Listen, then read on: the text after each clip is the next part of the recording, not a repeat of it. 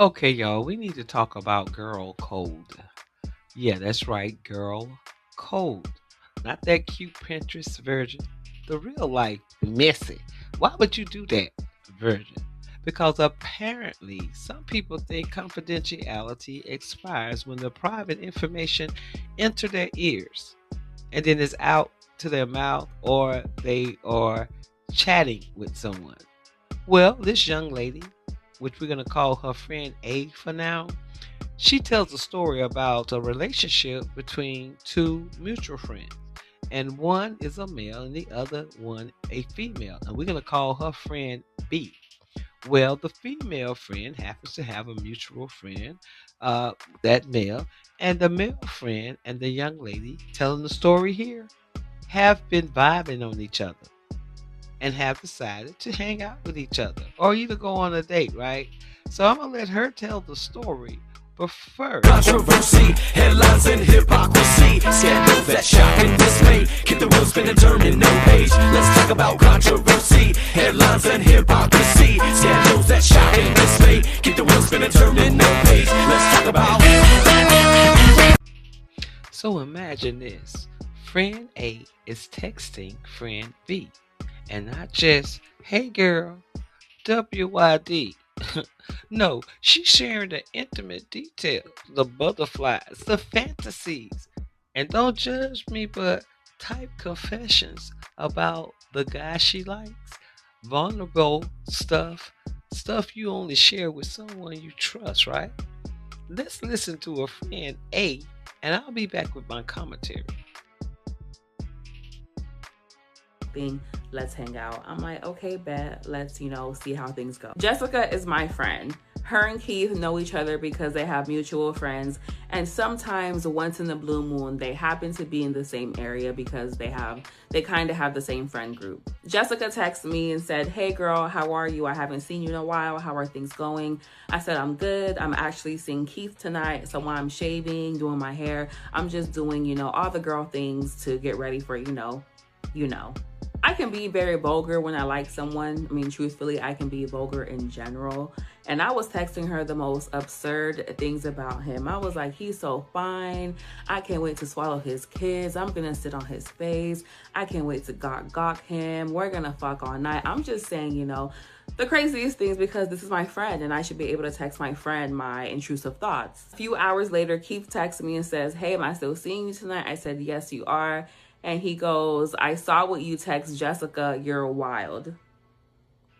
Excuse me? I'm like, what are you talking about? Because I know my friend did not tell you that I want to gawk you. And he said, yeah, Jessica told me what you said. You're crazy. Why would you do that? Immediately, I text Jessica and I'm like, hey girl, why did you tell Keith what I was saying about him? And she said, oh, I didn't tell him. He was standing next to me. Keep in mind, I told you they have mutual friends. So once in a while, they're in the same area. She goes, he was standing next to me. So I just flipped my Apple Watch over so he could read the text. Why would you do that? And she said, well, since you and him are hanging out, I didn't think it was that big of a deal for him to read those text messages. So in true Karika fashion,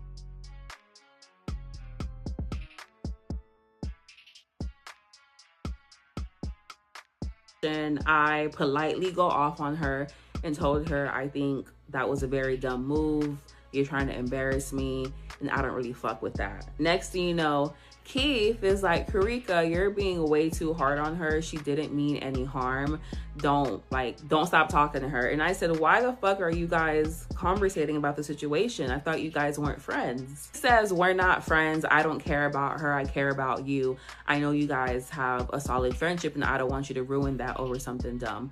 My feelings are not dumb. I think the entire thing is suspect and there's no reason for my friend to be flipping her Apple Watch over to let someone I'm interested in to read messages that I said about him. I think it's weird. Do you guys think it's weird or am I just tripping? I don't like it too much. I don't like that. Now listen, I had to sit back and clutch my imaginary pearls because what? What happened to the sacred oath of girlhood? What happened to what we say in the chat stays in the chat? Since when did we start forwarding emotional nudity like it's a meme? I am inclined to agree with some of these comments. One person said, "That's not your friend." And another one said, "She didn't tell you she was hanging out with him? Something way off." And Jessica is for sure playing in your face. This isn't just about gossip, it's about trust, loyalty, and the unspoken social contract that holds friendships together. Girl code isn't a rule book, it's a culture. It's the understanding that when someone hands you their vulnerability, you don't go handing it to the person they're vulnerable about. This is how friendship fractures. This is how people stop opening up. This is how group chats turn into crime scenes. I know some of you saying that Karika should not let this bother her, but this could be embarrassing to her. And of course, it's like a betrayal. It removes her agency. It changes dynamics between her and Keith, and it makes friend A, which is Karika, question her judgment. And honestly, it makes friend B, Jessica, looks untrustworthy. Because if she'll do it to her friend, she'll do it to anyone. Here to drag Jessica, but I'm here to say that if you can't hold someone's secret, you're not ready to hold their friendship. Period.